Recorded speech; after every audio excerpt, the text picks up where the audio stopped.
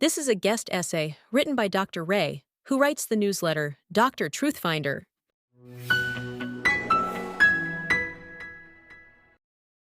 One of the most irksome sentences in the English language.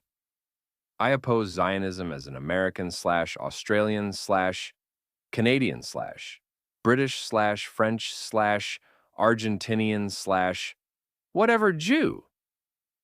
The message of today's Jewish anti-Zionists is basically, I'm not like those other Jews. Zionists are bad. I'm morally superior to them. If that has a familiar ring, it's because a minority of 1930s German Jews thought the same. They assumed that Hitler's policies would never apply to them, only to those strange Eastern European Jews who refused to assimilate, who embodied the stereotypes of shtetl Jews and primarily spoke Yiddish. Some were social democrats or communists. They were a sharp contrast to the long-standing Jewish communities in the Rhineland who spoke German and were not particularly distinguishable from non-Jewish Germans. Guess what these German Jews discovered? The same thing that today's anti-Zionist Jews will learn if they are ever in Hamas's clutches. Do the beliefs of anti-Zionist groups of today, who support Israel's elimination despite the atrocities of October 7th, really differ from those of the German anti-Zionists at the dawn of the Nazi Empire? A minority of German Jews were anti-Zionists, who felt that Jews should assimilate rather than strive for their own state. They considered themselves as German as everyone else, until they discovered that most everyone else did not. The German Jewish anti-Zionists, just like today's anti-Zionists, strongly opposed a Jewish state and justified the attacks on those other Jews. From the New York Times on August 18, 1934, quote, "We members of the League of National German Jews, founded in 1931, have always in war or peace placed the good of the German people and the German fatherland above our own good. Accordingly, we greet the national uprising of January 1933, although it brought rigors for us, for we saw it as the only means to clear away the damage done in 14 unhappy years by un-German elements. We agree fully with the political testament of Reich President and Field Marshal von Hindenburg, who called the accomplishment of Reich Chancellor Hitler and his movement a decisive step of major historical importance, and stated that reconciliation, which will include the whole German fatherland, must follow the national awakening and unification of the German people." I can only imagine the corresponding modern version. We, the members of the League of Insert Nationality, Anti-Zionist Jews, have always placed the good of the Palestinian people and the Palestinian lands above our own good. Accordingly, we greet the Palestinian uprising of October 7th, although it brought death to fellow Jews, for we saw it as the only means to clear away the damage done by 70 unhappy years by Zionist elements. We agree fully with the political testament of Columbia University's Palestine Studies professors, who called the accomplishment of Hamas and their movement an awesome step of major historical importance, and stated that reconciliation, which will include the whole Palestinian land from the river to the sea, must follow the national awakening and unification of the world against Israel. Nothing's really changed. The anti-Zionist German Jews were also involved in boycotts, in the opposite way of today's BDS movement. They fought against the international boycott of German goods that began in response to Nazi terrorism. They were thus identifying with the aggressor, whether Hitler or Hamas, and unable to accept the reality that these organizations hate you and will murder you no matter how hard you grovel and try to pass as a quote-unquote acceptable Jew. According to Dan Friedman, senior editor at Moment magazine, of course, the vast majority of Germany's 525,000 Jews recognized that Nazism posed a threat. But a small number of politically conservative Jews saw themselves as indistinguishable from Gentile Germans. They shared Hitler's distaste for the Treaty of Versailles and the Weimar Republic. Once Hitler came to power in 1933, conservative German Jews implored him to recognize them as loyal Germans. Their presence in the western part of Germany, they argued, dated back at least to Charlemagne and the Carolingian dynasty, circa 800 CE. Many had fought in the trenches of World War I. Some 12,000 Jewish soldiers had died fighting for Germany. According to Sarah Ann Gordon in her 1984 book, Hitler, Germans, and the Jewish Question, quote, some conservative Jews believed Hitler stoked anti-Semitism only as a way to stir up the masses. Others didn't believe Hitler would last that long, considering the volatility of German politics. Friedman wrote, quote, Jews on the right eventually realized that loyalty to Germany afforded them no protection against the Nazis. In the eyes of Hitler, they were simply Jews, and not special. The Holocaust loomed before them, as it did for all German Jews and indeed the entire Jewish population of Europe. According to Sarah Ann Gordon, German Jews in the early 1930s were highly represented in white-collar jobs, such as scientists, university professors, bankers, doctors, lawyers, writers, and actors. Between 1905 and 1931, 10 out of 32 German Nobel Prize winners in science were Jewish. None of that saved them from concentration camps. And what was happening in the United States? A remarkable survey conducted in 1938 found that more than half of Americans blamed Europe's Jews for their own treatment at the hands of the Nazis.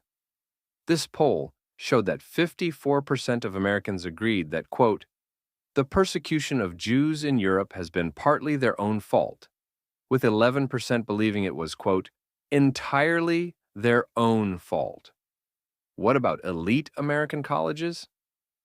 Good old Harvard University, for example, formed a German club as soon as Hitler rose to power. Alas, they were barred from calling it the Hitler Club, with headquarters at Hitler Haven, not by Harvard administrators, but by Hitler himself. In another example of interesting parallels, in 1933, Columbia University's president hosted the reception and lecture of the Nazi ambassador Hans Luther, calling him the diplomatic representative of, quote, a friendly people. In 1936, Columbia University accepted a gift of $9,000, equal to some $215,000 in 2025, for the preparation of a document narrative history of the German Center Party, which had supported Hitler's rise to power, just like Qatar, providing funding for Columbia University's Middle East Studies program today. Indoctrination does not happen overnight. It occurs incrementally, with desensitization increasing circumspectly, until beliefs that previously would have horrified ultimately seem justified. Militias acclimate their members to violence gradually, first with fitness programs, then with minor crimes such as graffiti, then with full-on violence. The persecution of German Jews in the 1930s also happened gradually.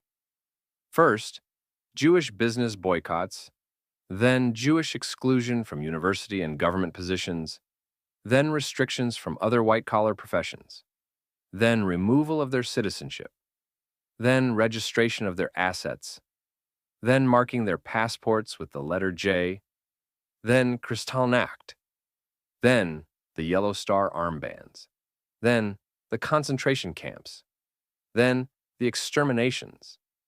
Terrorist organizations are acclimating the West to violence against Jews.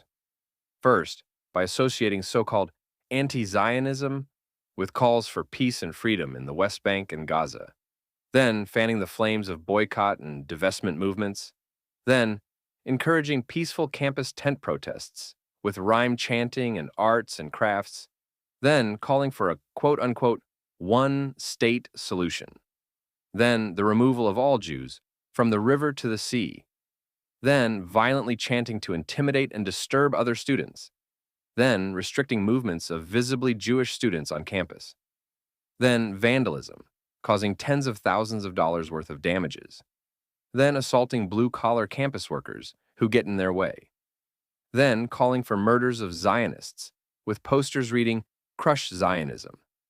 The enemy will not live to see tomorrow," and drawings of boots crushing a Jewish star. What do you predict the next steps will be?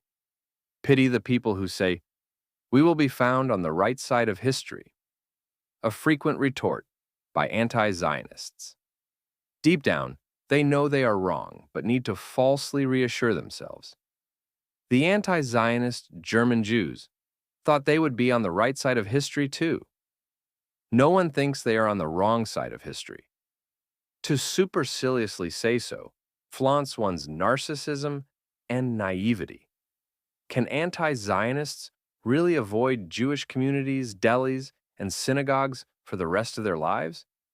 Because the terrorist organizations they condone would bomb every one of them. Most of the feedback I get is positive, but I occasionally get the random idiotic insult. Is that in some anti-Semitic playbook? Because the haters know that the typical Jewish soul wants to heal the world.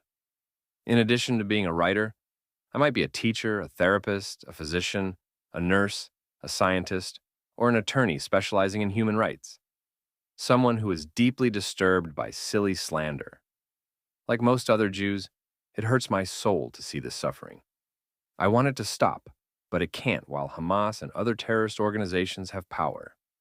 The enemy of peace is disinformation, and I will continue. No Jews are dancing around celebrating the deaths of Palestinians. We were not cheering and chanting at dead babies in coffins, spitting on captured bodies, or triumphantly handing out candy.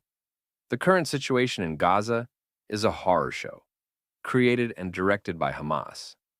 A tiny light has begun to shine in Gaza. Brave Palestinians are protesting against Hamas, despite Hamas torturing and murdering them. I believe they are sincere.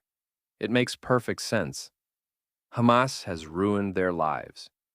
Hamas instigated Sharia law, segregated men from women, even forbid casual socialization between them. Hamas imprisoned, tortured, and/or killed anyone who spoke against them or for peace with Israel. And of course, Hamas is responsible for all of the deaths in this war. They could have stopped it any time by releasing the hostages and stepping down from power. But their hubris is stronger than any actual regard for their people. Now assassinated Hamas leader Yahya Sinwar's life reads like a Greek tragedy.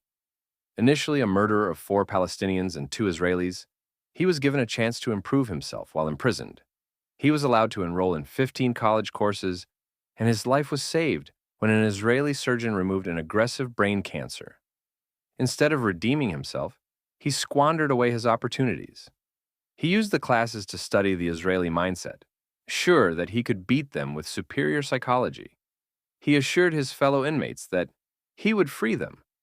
When his plans backfired, he announced that he didn't care if 100,000 Palestinians were killed, since their deaths were turning the world against Israel.